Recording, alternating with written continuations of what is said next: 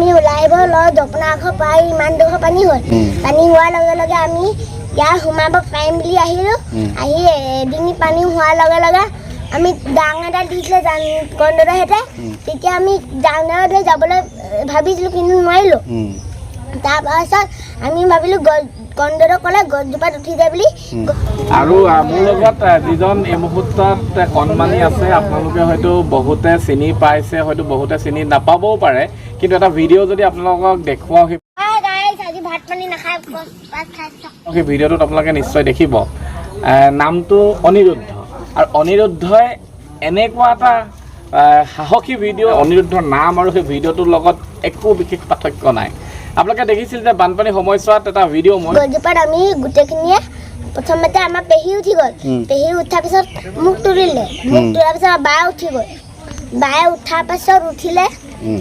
আমাৰ মা উঠিলে আমাৰ মা উঠাৰ পিছত কল্পনা আইতা উঠিলে তাৰপিছত এতিয়া মোক কোৱাচোন তোমাৰ নামটো কি আছিলে অনিৰুদ্ধ গগৈ গছ এজোপা ওপৰত উঠি থকা অৱস্থাত খুব চিঞৰি চিঞৰি কিছু কথা কৈছিল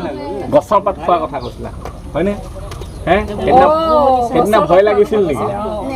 ভয় লগা নাছিল সেইদিনা তুমি কি বুলি কৈছিলা চিঞৰি এবাৰ কোৱাচোন আকৌ খাই গাছ আজি ভাত পানী নাই কাৰণে গছৰ পাত খাই জীয়াই আছোঁ বুলি যে কিবা কিবি দিছে তোমাৰ পঢ়া কিতাপ চিতাপ সেইবিলাক বেয়া হ'ল নেকি উঠি গ'ল চব উঠি গ'ল এই স্কুলৰ পৰা হোমৱৰ্ক দিছিলে গৰম বন্ধৰ কাৰণে সেইবোৰ আমি কৰি থাকোঁতে বানপানী আহি গ'ল বানপানী অহাৰ পৰা উঠি গুচি গ'ল ৰ'বাচোন তুমি উঠিলাগে কেনেকৈ গৈ তাত গছজোপা এই বায়ে মোক পেহীয়ে তুলি দিলে পেহীয়ে তুলি দিলে হয়নে পেহী উঠাৰ পিছত মায়ে মোক কান্ধত তুলি দিলে তুলি দিলে মোক তোলাৰ পিছত সেই উঠি গ'ল মই উঠি গ'লোঁ তাতে কিমান দিন থাকিলা তাত 13 ঘণ্টা কি বুলি কৈছিলা এবাৰ কৈ খাই গাছ আজি ভাত পানী নাই কাৰণে গছৰ পাত খাই জীয়াই আছোঁ বুলি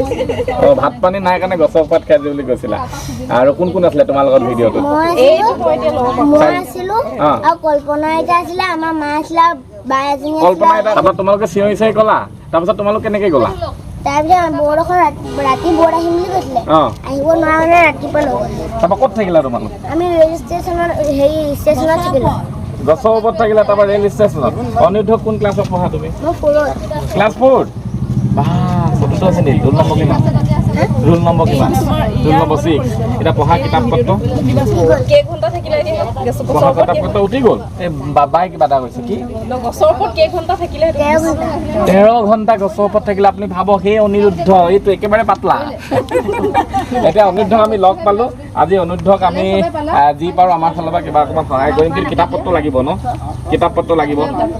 অনিৰুদ্ধক আমি কিতাপ পত্ৰ দিম অনিৰুদ্ধ খবৰ ৰাখিম অনিৰুদ্ধ পৰিয়ালৰ লগতো কথা পাতিম কিন্তু খুব আচলতে গম পাইছে যে আজিৰ তাৰিখত অনিৰুদ্ধ এটা ছুপাৰ হিৰো আমাৰ কাৰণে হয়নে